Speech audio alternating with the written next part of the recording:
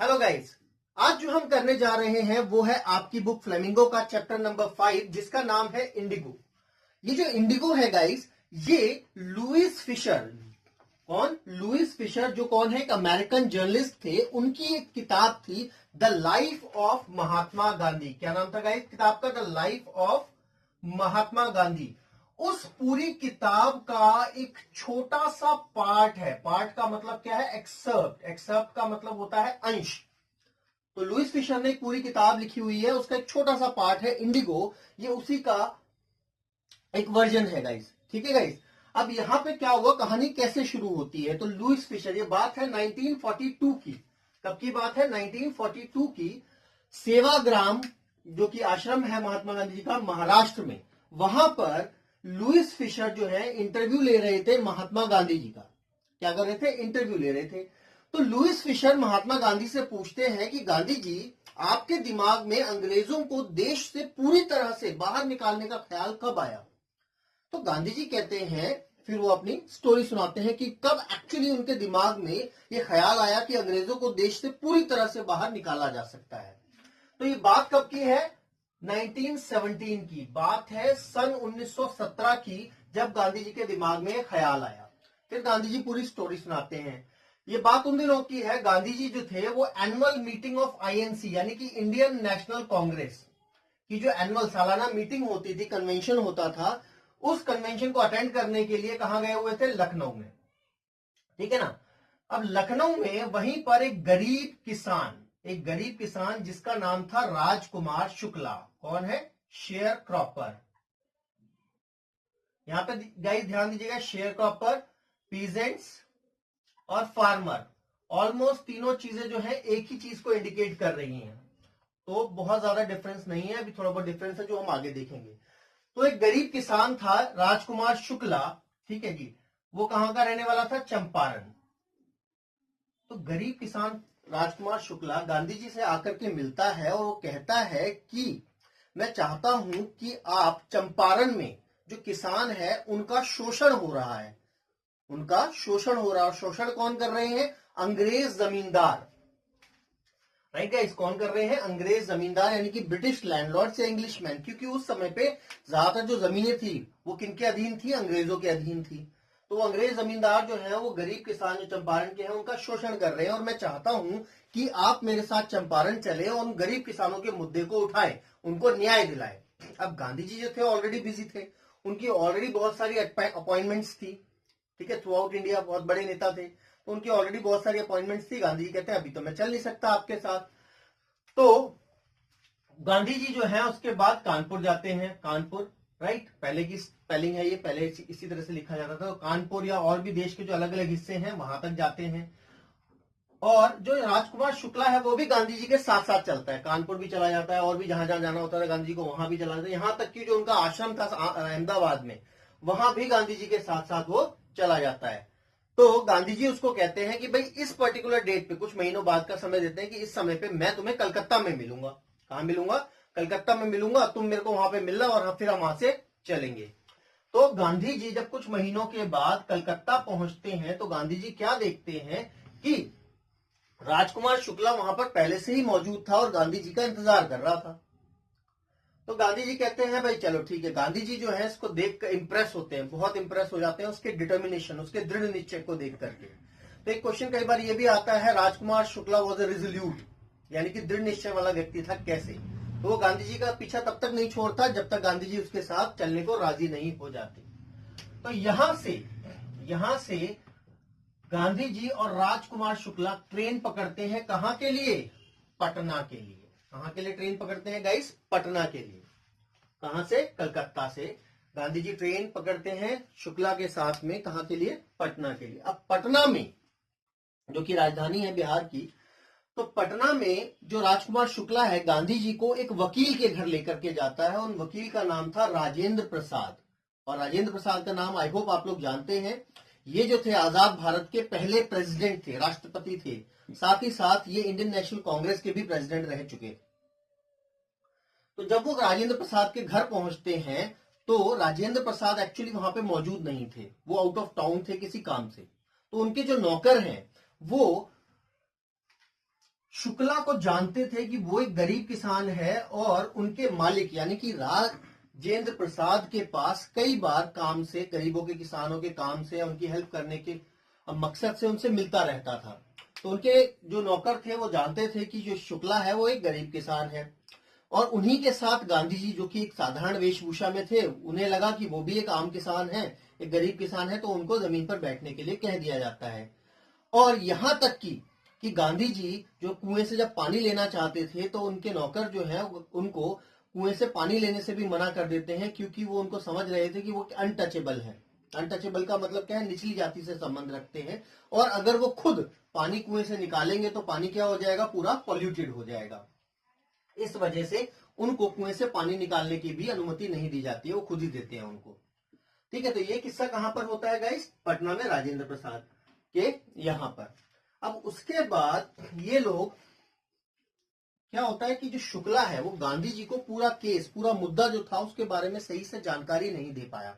उसके पास इतनी इंफॉर्मेशन थी नहीं, एडिक्वेट इंफॉर्मेशन नहीं थी, तो इसलिए गांधी जी जो है चंपारण जाने से पहले मुजफ्फरपुर चले जाते हैं, जो कि रास्ते में ही था चंपारण के।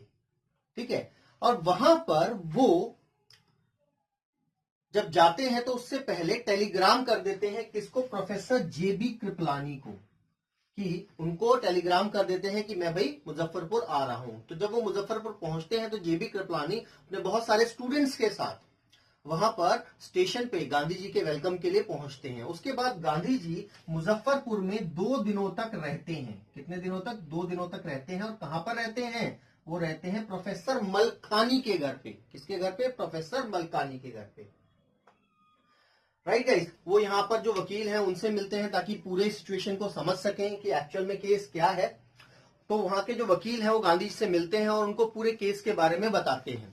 यहां तक कि वो ये भी बताते हैं कि उनके कोर्ट केसेस के बारे में, साथ साथ वो जो फीस वसूल कर रहे थे किसानों से। जब गांधी जी को पता चलता है कि वो किसानों से इतनी मोटी मोटी फीस वसूल कर रहे हैं, तो गांधी जी उनको खूब खरी खोटी सुनाते हैं। ही चाइडेड देम, उनको खरी खोटी सुनाते हैं for collecting huge fees from the poor share croppers. Right guys, अब जब गांधी जी यहाँ पहुंच गए, सारी बातचीत समझ ली, अब उनको सारी कहानी समझ आ गई। अब कहानी थी क्या एक्चुअल में? तो जो चंपारण था, चंपारण में अंग्रेजों ने एक चाल चली थी, ट्रिक ऑफ द लैंडलॉर्ड। अब वो ट्रिक क्या थी उसको समझते हैं। अब इसको ध्यान से समझिएगा, अगर आपको ये समझ आ गया तो आप समझ लीजिए पूरा चैप्टर आपको समझ आ गया। जैसे कि मैंने बताया, उन दिनों ज्यादातर जो जमीनों के हिस्से थे वो किनके पास थे? अंग्रेज जमींदारों के पास। तो उन्होंने किसानों को काम करने के लिए दे रखे थे, या ठीक है ना, जिनके अपने भी थे उनसे भी रेंट लेते थे। तो वो क्या कहते थे कि भाई जितनी भी जमीन है आपके पास उसके 15% हिस्से के ऊपर, यानी कि अगर मान लीजिए आपके पास 100 एकड़ जमीन है तो उसमें से 15 एकड़ जमीन के ऊपर आपको किसकी खेती करनी पड़ेगी? इंडिगो की, यानी कि नील। जैसे आजकल हल्दी की गांठें दिखती हैं उस तरह से मान लीजिए नील की भी पैदावार होती थी पहले, नेचुरल इंडिगो। और जो 85% जमीन है उस पर आप जो चाहे वो कर सकते थे। ये उनका पुराना कॉन्ट्रैक्ट चल रहा था। तो हुआ क्या कि उसी दौरान, ठीक है, उसी दौरान एक यूरोपियन कंट्री जर्मनी ने सिंथेटिक इंडिगो बना लिया। जर्मनी डेवलप्ड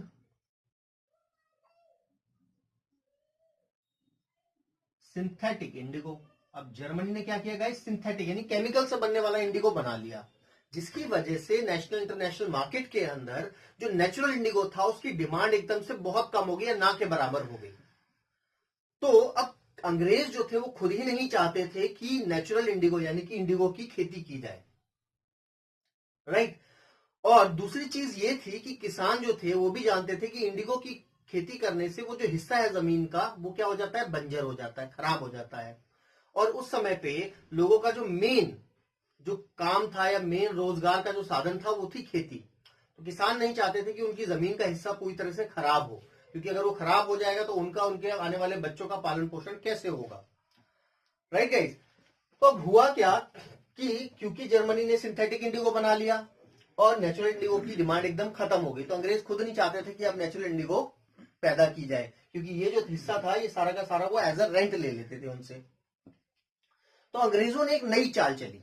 अंग्रेजों ने क्या कहा किसानों से कि भाई अब से हम एक नया कॉन्ट्रैक्ट बनाते हैं जिसके मुताबिक आपकी मर्जी होगी, आप चाहो तो नील की खेती करो और नहीं मन करता है तो मत करो, बट इसके बदले में आपको हमें कुछ कंपनसेशन देना होगा, यानी कि भाई कुछ आपको मुआवजा देना होगा। फॉर एग्जाम्पल मान लीजिए भाई 1 रुपया एकड़ के हिसाब से जो भी XY अमाउंट था उन्होंने फिक्स कर लिया, तो ज्यादातर किसानों ने अपनी इच्छा से या जैसे तैसे पैसे वगैरह अरेंज करके अंग्रेजों के साथ नया कॉन्ट्रैक्ट साइन कर लिया। पर धीरे धीरे, क्योंकि भाई न्यूज़पेपर या और भी मीडिया के सोर्सेज आ चुके थे उस समय तक, तो धीरे धीरे यहां तक कि जो अनपढ़ किसान थे उनको भी सारी की सारी कहानी समझ आ गई। तो अब जो लोग पैसा दे चुके थे वो अपना पैसा वापस मांग रहे थे, बट वो पैसा उनको वापस नहीं दे रहे थे। तो यही मुद्दा था। तो गांधी जी को किस लिए बुलाया था? गांधी जी हमारे पैसे दिला दो। समझ आएगा इस बात? तो ये एक्चुअल में मुद्दा था। आई होप आपको यहां पे समझ आया होगा। तो ये समझ आ गया तो आप समझ लीजिए पूरा मुद्दा आपको क्लियर हो गया। तो यही ट्रिक थी, यही चालाकी थी लैंडलॉर्ड्स की। तो गांधी जी इस मुद्दे को उठाने के लिए क्या करते हैं? सेक्रेटरी से मिलते हैं। किसके secretary? Secretary of British landlords association, जो अंग्रेज जमींदार थे उनकी एक एसोसिएशन थे, उसके जो सेक्रेटरी थे उनसे मिलते हैं ताकि और इंफॉर्मेशन गैदर की जा सके।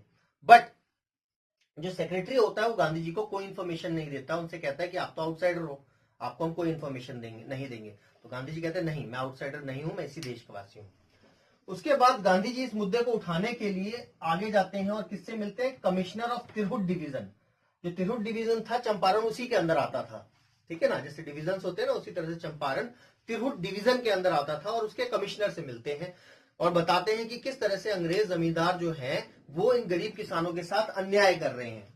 बट कमिश्नर जो है वो उल्टा गांधी जी को धमकाता है कि चंपारण को छोड़ करके तुरंत निकल लो। पर गांधी जी कहते हैं नहीं, मैं तो नहीं जाता।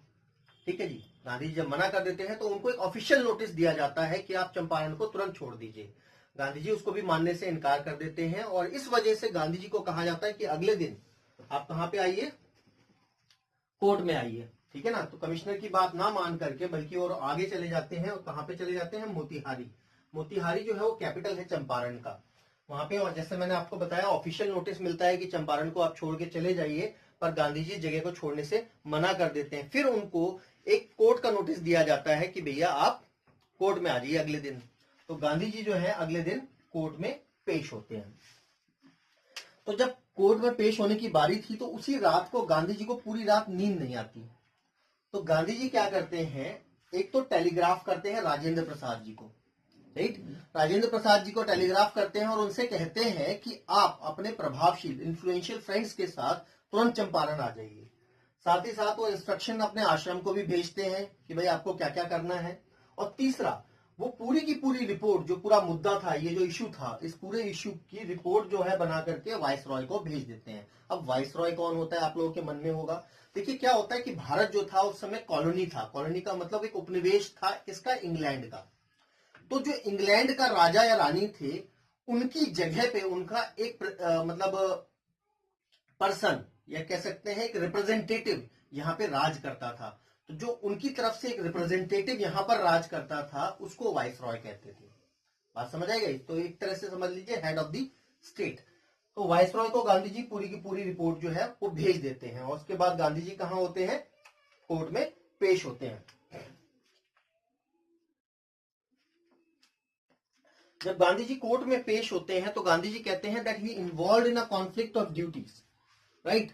गांधी जी जो है वो involve in a conflict of duties का मतलब क्या है कि गवर्नमेंट जो थी वो चाहती थी कि ट्रायल्स, मतलब अगली डेट पड़ जाए, अगली डेट पड़ जाए, ठीक है ना, और केस टलता रहे। अब गांधी जी क्या 2-4 साल तो रुकेंगे नहीं, 2-4 महीने रुकेंगे भाई, तब तक केस टलता रहेगा और गांधी जी फिर चले जाएंगे, मुद्दा खत्म हो जाएगा। पर गांधी जी उसका अपोज करते हैं। वो कोर्ट को बताते हैं कि मैं जो हूं बड़ी कश्मकश में, बड़े असमंजसता में हूं।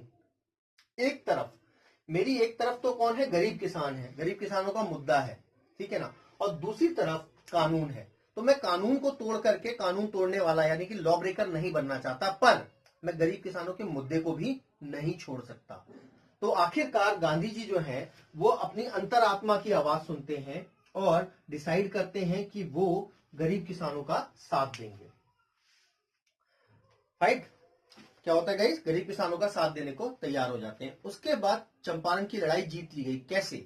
जितने भी वकील थे चंपारण के, यहां तक कि डॉक्टर राजेंद्र प्रसाद और भी जितने वकील थे, वो गांधी जी के साथ डिसाइड करते हैं कि हम आपके साथ जेल जाएंगे अगर जरूरत पड़ी। तो इस बात को सुन करके, इसको देख करके गांधी जी कहते हैं बड़े आश्चर्य से कि जो चंपारण की लड़ाई है वो तो हमने जीत ली है। कई दिनों के बाद गांधी जी को जो वहां के मजिस्ट्रेट थे वो इन्फॉर्म करते हैं कि जो लेफ्टिनेंट गवर्नर है उस स्टेट के, लेफ्टिनेंट गवर्नर ने आदेश दिया है कि इस केस को ड्रॉप कर दिया जाए, इस केस को खारिज कर दिया जाए, खत्म कर दिया जाए। तो इस प्रकार से पहली बार आधुनिक भारत में, ठीक है ना, इस प्रकार से पहली बार आधुनिक भारत में सिविल डिसोबीडियंस मूवमेंट की जीत हुई है। अब ये आधुनिक भारत की जब हम बात करते हैं तो क्या है, देखो हिस्ट्री की जब हम बात करते हैं गाइस, इतिहास को जब हम पढ़ते हैं तो इतिहास को 3 पार्ट में पढ़ा जाता है। एक है एंशिएंट, मिडिवल और मॉडर्न, राइट गाइस। मिडिवल का मतलब है जो मुस्लिम रूलर्स थे, जो मुस्लिम शासन था उसको क्या कहते हैं, मिडिवल। मॉडर्न किसको कहते हैं, जो ब्रिटिश शासन था, राइट। और इससे पहले जो वैदिक और जो अशोक वगैरह टाइप के जो राजा रहे हैं वो सारा का सारा एंशिएंट में आ जाता है। इसको हम समझ सकते हैं 1206 से लेकर के 1707 तक का समय, 1206 से लेकर के 1707, और ये था 1757 से लेकर के 1947 तक का टाइम। तो गाइज ये जो हिस्सा था ये क्या कहलाता है, मॉडर्न इंडिया या मॉडर्न हिस्ट्री, इसको हम पढ़ते हैं। तो ये जो मॉडर्न हिस्ट्री थी, मॉडर्न जो इंडिया था, इसके अंदर पहली बार ऐसा हुआ था कि सिविल डिसोबीडियंस मूवमेंट यानी कि सविनय अवज्ञा आंदोलन, यानी कि सबने मिलकर के उनकी आज्ञा का पालन करने से मना कर दिया था, उसकी जीत हुई थी। फाइन गाइस, यहां तक समझ आया। तो उसके बाद इसके बाद गांधी जी जो हैं वो मिलते हैं लेफ्टिनेंट गवर्नर से, लेफ्टिनेंट गवर्नर जिनका नाम था sir Edward Gait, lieutenant governor से 4 बार मिलते हैं ताकि इन गरीबों किसानों के मुद्दे का कोई सॉल्यूशन निकाला जा सके। फिर गवर्नर साहब जो होते हैं वो ऑर्डर देते हैं कि एक इंक्वायरी कमीशन बिठाया जाए। अब वो जो इंक्वायरी कमीशन था, ठीक है ना, इसलिए ताकि जो गिल्टी है, किसका दोष है, उसको ढूंढा जा सके, उसको सॉल्व किया जा सके। तो इस इंक्वायरी कमीशन में लैंडलॉर्ड थे यानी कि जमींदार, अंग्रेज जमींदार, साथ साथ गवर्नमेंट ऑफिशियल्स, और किसानों की तरफ से सिर्फ अकेले कौन थे, गांधी जी, जो रिप्रेजेंट कर रहे थे उनको। तो ये जो इंक्वायरी कमीशन होता है ये बहुत सारे इसको एविडेंस मिलते हैं अगेंस्ट लैंडलॉर्ड्स, लैंडलॉर्ड के खिलाफ गांधी जी को बहुत सारे, मतलब जो कमीशन होता है इंक्वायरी कमीशन, उसको बहुत सारे एविडेंस मिलते हैं, ठीक है ना। तो उसके बाद फिर नेगोशिएशन चालू होती है। नेगोशिएशन मतलब भाई मुआवजा, जो पैसे आपने लिए हैं वो कैसे वापस करोगे। तो पहले तो अंग्रेज सोच रहे थे कि गांधी जी पूरा 100% मांगेंगे, पर नहीं, गांधी जी जो है वो डिमांड करते हैं कि आपने जितना भी लिया है उसका 50% लौटा दो, ठीक है ना, कितना, 50% लौटा दो। पर अंग्रेज जमींदार जो होते हैं वो कहते हैं कि हम तो 25% लौटाएंगे, ठीक है ना। वो एक्सपेक्ट कर रहे थे कि गांधी जी 25% लेने से मना कर देंगे और फिर डेडलॉक हो जाएगा, यानी कि फिर बात बनेगी नहीं, फिर ये मुद्दा खिंचता चला जाएगा। पर गांधी जी को जब वो कहते हैं कि 25%, गांधी जी कहते हैं ठीक है लाओ दो, खत्म करो। गांधी जी जो है वो 25% पे ही मान जाते हैं।